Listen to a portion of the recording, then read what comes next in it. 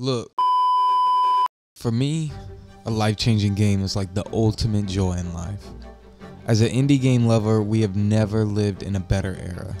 But as someone who's made it a point to focus on indies for the last 2 years as a consumer, there's been so many games that come along, and before the release, I fall head over heels for it.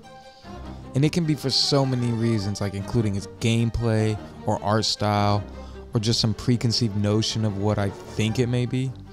And I've been finding more often that I can get let down in some aspects. And some are amazing games that I think I just built up in my head and I expected to be something it was never supposed to be. And every once in a while, I get one of those life-changing indies that I never expected to affect me so much. Before I get started, I will say that there are, of course, life-changing indies like Celeste and Hollow Knight, but those ones I kind of knew going into that they would be life-changing games. So while the impact was really huge, there was also some expectations I had for them being as impactful, and so I think that kind of softens the blow a little bit. When I first started a game like Owlboy, I thought, wow, this game really is something so far. It's one that I took slow and I took everything in. I scoured the map to see every single pixel on the screen.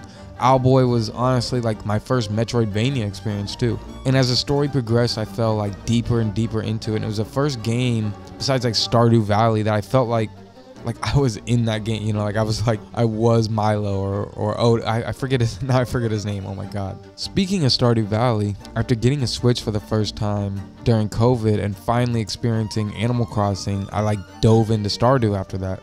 And after 1,000 hours of cozy games, I thought I would never play one of those again.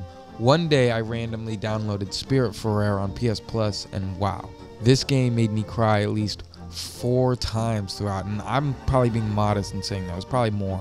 These games all crept up on me when I least expected them to, and changed my life and impacted me in ways that I just never expected, and which leads to now, right?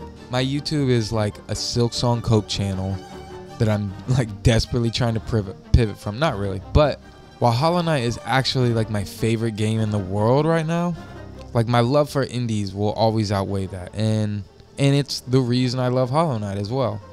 And my channel is focusing on Silksong Cope, but my life is always around indies, and that's what I'm playing, and I I'm trying to be P4 and P5, but it's tough, so I take my breaks from Hollow Knight. And look, May 9th was a huge day for indies, right? Animal Well came out, and it's so beautiful and fun and kind of scary. It was developed by one person and published by the biggest YouTuber in gaming damn near. And the more I learn about the game, the more it clearly is a masterpiece, even down to the file size of it, which really blows my mind.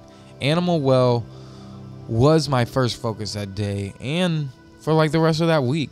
And if you know me, right, I refer to myself as a dumb person. I don't actually think that, but I prefer to be more open to knowledge than closed-minded. So playing dumb is always better if you ask me. But on a personal level, Animal Well had many moments where I felt lost and sort of dumb. And it seems nobody else really felt that way. Everyone talks about it it's a super easy game, and it's super, and it is. The puzzles are easy. The combat isn't. There's not really combat in it, so it's the bosses in it aren't necessarily hard, but it was just a little bit more difficult than I'd like to personally admit, beating that first layer.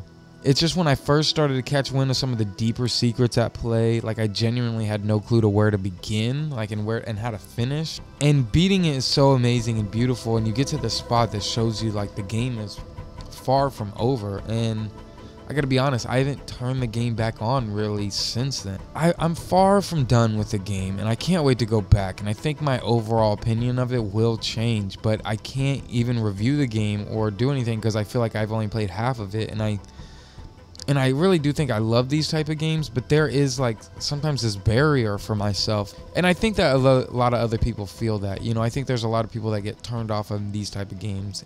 One of those type of games is Tunic, right? Played Tunic recently, and that was another life-changing one, and that really pushed me into wanting to solve everything in a game on my own. And that game was so fun and really difficult for me to finally crack, and it still took me 3 times as long as a normal player. But I was so happy at those aha moments. until the golden path, right? The golden path broke me, and it shouldn't have, because like it makes sense. That final clicking moment was like one final barrier that I needed assistance to get through. Shout out to like the Point Crow supercut for kind of helping me through. I kind of would watch that, and then just as he would figure it out, I'd be like, oh, I get it too now. And then I'd just go do it before I would like see what would happen. But during that process, it felt like okay to seek assistance like through other players, you know, that way, because it felt like, you know, I was kind of like learning with him. And I also think it was important that I got into that game at a later time, because there was a lot of stuff that was able to get me through the game without spoiling the experience. And when it comes to Animal Well right now, I think that's something that could be hurting the game. And also like something like the lack of the game manual type thing in Tunic. And it makes it harder to slowly progress on your own. Like I said before, I fully intend to dive back into this game and get the deeper experience. You know, it's just like some of my favorite games where they didn't fully click the first time, you know, just like Hollow Knight. I still have the expectation of it being like this life-changing game, and I hope it is. You know, but that was kind of, you know, sort of like the end of this list of indie games that I had that I was like really excited for. You know, there's Plucky Squire, I think that's going to be really cool, and I'm excited for that. But we've had a huge wave already, you know, last year or this year already. Yeah, and I just felt like, okay, like Animal Well's it, you know, now it's like, all right, now just back to waiting for Silksong. But then people were talking about this game that day called Crow Country. They were celebrating indie games that day, like, oh wow, we have such a good day. They were talking about Crow. I think they were talking about another game. There's like 3 games that might have came out that were just really big indie games. You know, Hades 2 has shadow dropped, you know, really soon, recently too as well. So people were just really celebrating all the indie games we were getting. And they're talking about this game Crow Country. I saw a little screenshot of it and I was like, wow, I have never seen a game like this in my life. It was like surprisingly colorful and cartoony while being this like retro PS1 horror style.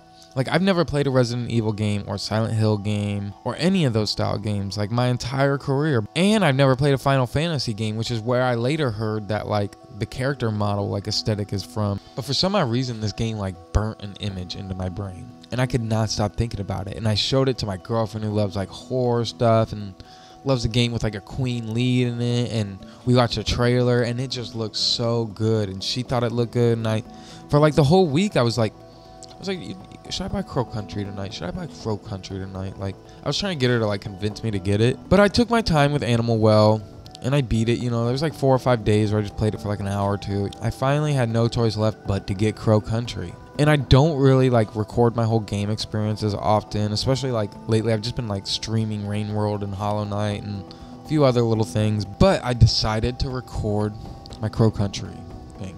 I streamed a little bit and I recorded the rest, and I will be editing like a supercut if you guys want to watch that, so that'll be coming soon. But when I hopped into this game, you know, it was similar to a lot of games. You know, I was scared, I was anxious, I was a little fearful of like any enemy I saw. This is also a horror game, so it was like 3 times worse. And from the trailer, I did expect it to be like a mystery, but I didn't expect to get like as hooked as instantly as I would. Like with my recent love for Metroidvanias, like the structure of this game just got me like hooked instantly as well, and instantly gets the ball rolling. There are a few different weapon types that are like huge upgrades from the ones before. Like you know, you start off with a gun and then you can get some other things, and it just keeps getting bigger and bigger and more powerful. There's even like upgrades for those weapons. And you know, just finding a new room in this game is so scary and wonderful at the same time. And you start collecting objects and keys that help you progress through the map. Speaking of the map, you know, I also want to remind people that I'm not familiar with these type of games, and I have a biased knowledge on games. Like I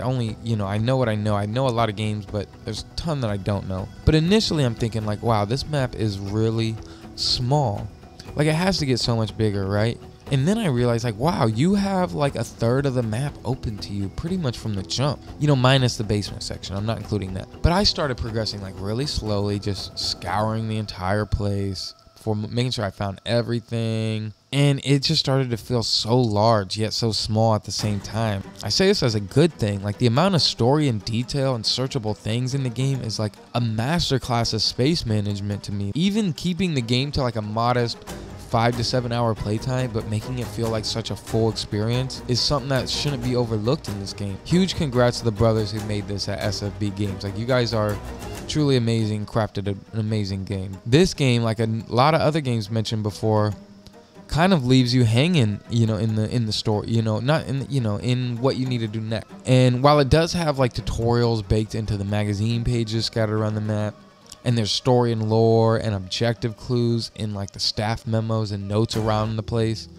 it still leaves things like really vague, which can be extremely challenging for someone like me. But I think they do something similar to Tunic in this style that has like a gradual ramp up in vagueness. It starts simple and you can like realize the solution like with just the most common logic. While it is doing that, it's also teaching you how to read the clues that are in this game, and the way they use the codes, and the way they use the music notes, and the way they use like the items to unlock different parts of the map. And there was times halfway through the map where I started getting really stuck, and they, they have this thing in it. It's this fortune teller that gives you like these little clues, and that can be really helpful, especially for people like me. And it points you into the right direction, but it doesn't really spoil anything. It doesn't really tell you the answer, and it's almost more vague than the clues that you're getting on the walls and stuff. But getting stuck in this game never felt like getting stuck. There's always one clue that you can like relate to something else. And even if you're unsure like exactly what it's asking from you, that was super important to like keeping me engaged and invested into solving the clues in this game. Eventually I got to a point where it's not a slow game at all. It's not even scary anymore. And similar to like the Metroidvania feeling of finally being powerful enough to handle like everything. And early on the story is bubbling and introducing all these people and characters that some are nice, some are like really creepy. But once you hit the halfway point, you start to understand a little bit more. And this is where the story like really starts to take over. So far in the video, essay, review, whatever you want to call this, like I've just been in love with this game. And I'm not about to change up at all. Like if you guys want to nitpick little settings and like small gameplay options in like a PS1 inspired game released in 2024, like go for it. But I personally think this game has everything you need for a solid experience on that end. And visually, I think it's one of the most beautifully creepy games I've ever seen. I love retro-inspired games personally, like especially when they feel good for the modern day. All this game did for me was open me up to like a whole new style gaming, and open me up to like going to older style games. Now I have decades of games to go back to and potentially enjoy. That's the closest I can get to nitpicking this game. Or the closest I can get to nitpicking this game may be based around the story. Personally, I don't think what I'm about to even say is like an issue or a flaw to me. It could just be simply stuff that I've missed in this game while playing. But it seems to me like there might be more to this game and ending. Like I can't help the feeling of there being potentially a different ending. I don't think there is. But it started with this code or number that you see, 2106, which I'm not going to go into detail about. Maybe I'll make like a lore ending video eventually. This detail is later explained slightly, and I think with studying the lore it could be theorized and like proven like what it means. But there's two major twists in this game, and one is subtle and you like definitely pick up on it, throughout the game. But the other kind of involves the code and numbers, and it just leaves me with so many questions. And for some odd reason, yeah, I just do feel like that, like there could be a potential ending in this game. I know they're doing some updates. I know they're doing like a hard mode, and it's like, what if there's like true ending to it? I don't know. But my biggest flaw is that there isn't just a lore video detailing all this stuff. So I guess I'm gonna have to make it myself. But regardless of the slight confusion at the end, like I love this whole experience. I even love the confusion because it has me like longing for more and wanting to play this game more. And I've been hooked onto many games my entire life for like all different types of reasons, for the gameplay, for the story, for the art, for whatever. But very few games come along and enthrall me on all levels like this. And it always happens to be indie games. These games are the reason I have a YouTube channel now and get to make the content on things that I love and speak to people who love them as well. These games are the reason I'm like learning pixel art and writing stories just for the love of like trying to create something. These small development teams are the reason I believe like I can find other people that believe too and make something that inspires people to make games one day. These games are the reason that people realize that their passions and hobbies can be utilized into creating something amazing for the world. And these games are the reason why we are having such a boom right now and getting these amazing games left and right. Even if they don't click for everyone all the time, we are getting an influx of quality games in every type of experience you could ask for. And these are from small teams who don't charge a lot. They give free updates and free DLC. Indie games are truly changing the landscape of gaming, and in return changing my life and ours for the better. Thank you all for watching. Hope you guys go play Crow Country. Have a good one. Watch the supercut when it drops. See ya.